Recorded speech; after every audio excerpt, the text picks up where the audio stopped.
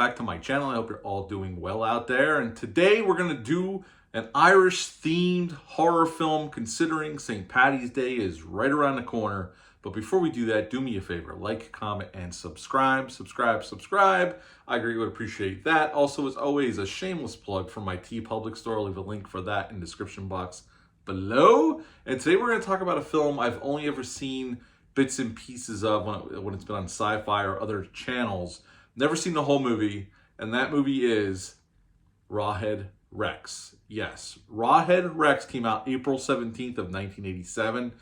It's rated R. It's an hour and 29 minutes long, which is a huge plus for this film. Had a budget of about $1 to $1.5 million, and I couldn't find what it did theatrically. I think the theatrical release on this was kind of a mess. So there's no financials on that. Now, this film was written by Clive Barker. He wrote the original short story and he wrote the script for this film. And the director of this film, they worked on a project before this, and that director is George Pavlo. Now, in this film, I'm only going to mention one actor. The rest of the actors are pretty much Irish actors, except for his wife and his kids. I think they're American actors, but there's nobody to really recognize all that much. David Dukes plays Howard Hollenbeck. He is going around to different religious sites in Ireland. He's taking photos and he's writing this book on these religious artifacts. And him and his family just happen to be in this small Irish town.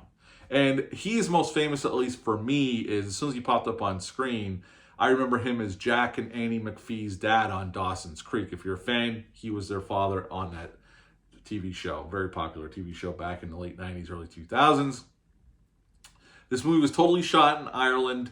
And I love that about this film, and we'll get into my likes then, but let's get into the plot synopsis. Pretty much right in the beginning of the film, we see this farmer trying to remove this stone pillar from his field. He has a couple people helping him. A couple people are helping him have to get home for dinner. And he moves it slightly, and all of a sudden these thunderstorm clouds roll in. There's lightning about, and Rawhead Rex comes up from the earth and kills this guy, and he is free. And pretty much what Rawhead Rex is, we don't know through most of the film. It's not until the second half of the film where we start getting breadcrumbs, or about the middle part. We start getting breadcrumbs of what this creature is, where he came from.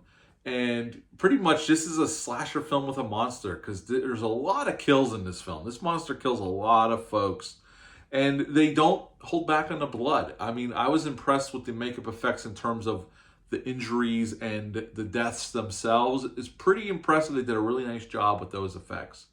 And pretty much as we find out as we go along, as Rawhead Rex is this ancient demon or deity from Celtic legend that predates Christ, and he was cast out from hell by the devil. I might be reading a little bit more into this than you need, but then he was defeated and put back into the earth, and he happened to be released by this farmer accidentally, and pretty much they have to defeat him, which Hallenbeck's wife with this stone statue is able to weaken Rawhead Rex, and they're able to defeat him at the end of the film. And that's pretty much, we get one final jump scare where Rawhead Rex head pops out of the ground. That's the end of Rawhead Rex.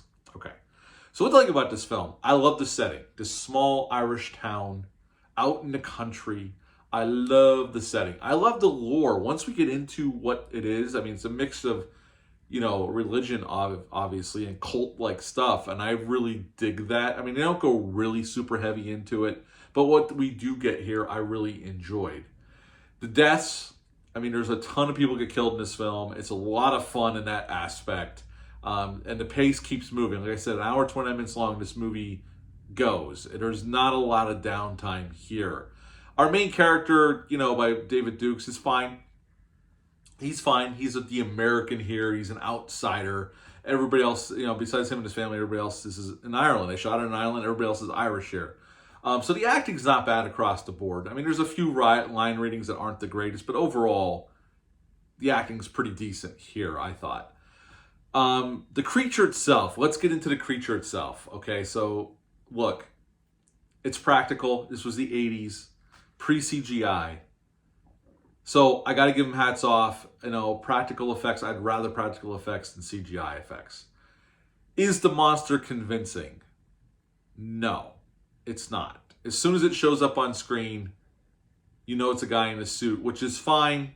I went along with it, but the creature doesn't look the best.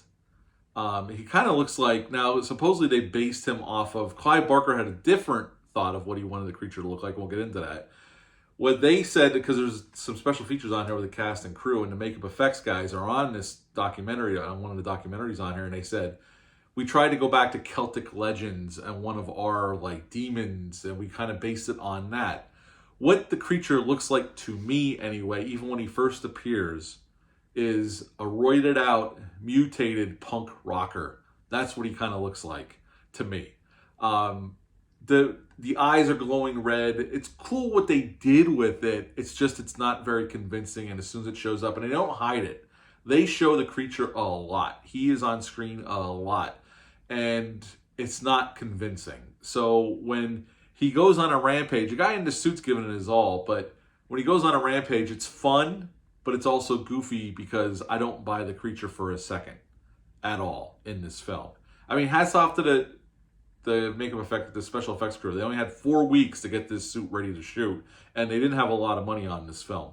So given the time, they had a quick turnaround to get this suit ready. It was one piece, a foam latex suit. But really, at the end of the day, what this looks like is a very elaborate Halloween costume that I would see show up at my house on Halloween. Now, obviously, it's a little bit more complex than that. There's animatronics in the face and all that stuff. But at the end of the day, it doesn't hold up on screen. It doesn't look great. It just comes off as goofy and kind of, cheesy as hell. But I will say, I'm not holding that totally against the film as a negative.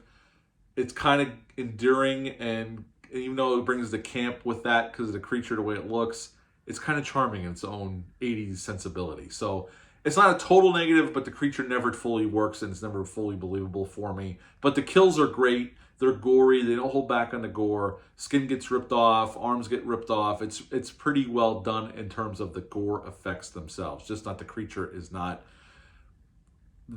convincing at all. At any point in the film, it's not convincing. It looks like a guy in a suit, and whatever. It's enough said enough about that. Now, is this film perfect? No. Obviously, there was some budget limitations here, and they're very apparent on screen, especially during the finale. There's lots of lightning and glowing lights, and it looks like shit.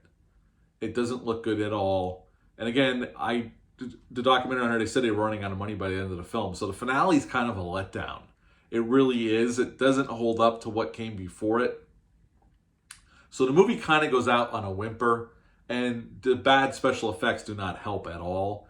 And that was just budget limitations. I mean, this isn't Ghostbusters. They didn't have nowhere near the budget of something like Ghostbusters or some other famous 80s big budget movies. So watching this for the first time through the whole movie, I could forgive some of that stuff. But again, the ending is not great at the end of the day. Now, other than that, I kind of dug the charms of this movie. It's not the greatest thing, but it's fun. I thought it was fun in a cheesy, campy 80s sort of way. And, I'll watch this again. I'm glad I picked this Blu-ray from Kino Lorber. And the transfer is not bad on it. And the sound remix is pretty good, too. I'm glad I picked this up. I got it on one of Kino Lorber's sales. I got it for like $8. So I can't complain. I'm glad I picked this up. I will watch it again, especially around this time of year with St. Paddy's Day looming over us. Now, Clive Barker wrote the script. He wrote the original short story. This did go on to become a comic book as well. He hated the film, even though the film is very faithful to his short story. I mean, there's some things different. And his script, he never liked the film. He never liked the creature.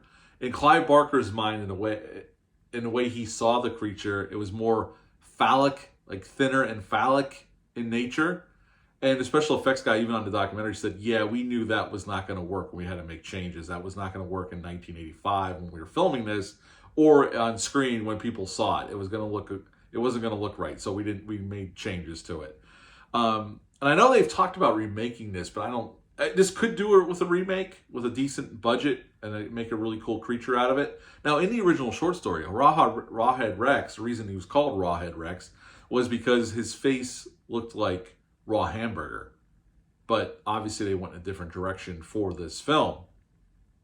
Again, the special effects team only had 4 weeks to get the suit ready, so you can forgive them for why the suit does not completely work when it's on screen. And again, they don't hide it. The monster is on screen a lot. So it's not, I wouldn't say this movie's scary at any point. I think it's just a lot of fun. It doesn't hold back, It kills a kid in the movie. It goes after pregnant women. I mean, they really go for it here in true Clive Barker nature. I would just say, from the budget limitations, some of the goofiness, there's a point in the film that this one priest gets possessed by Rawhead Rex, and the other priest finds the priest out in the cemetery outside this church on his knees, and I shit you not, I'm not joking if you've never seen this, Rawhead Rex is literally pissing on the priest as he says, "Yes, baptize me." I'm not joking, it's in the film, and I was laughing my ass off the whole time. It's hard to take things like that seriously in a film, and especially when you know the suit's not convincing, and you have this big hulking guy in his suit pissing on this priest. It's just bizarre, and it's kind of charming in its own way, but it's nuts. It's absolutely crazy. But at the end of the day, I had a lot of fun with this. My first time actually seeing this all the way through. I will watch this again. It's not a perfect movie. There's a lot of issues here, but at the end of the day, I had enough fun with this bad boy that I would give it a 7 out of 10. A 7 out of 10 for Rawhead Rex. If you've ever seen this one, leave a comment down below. Let me know. Hit the thumbs up. Hit the subscribe button. Share this video. I greatly would appreciate that. I'll be back soon with another review, but until next time, bye.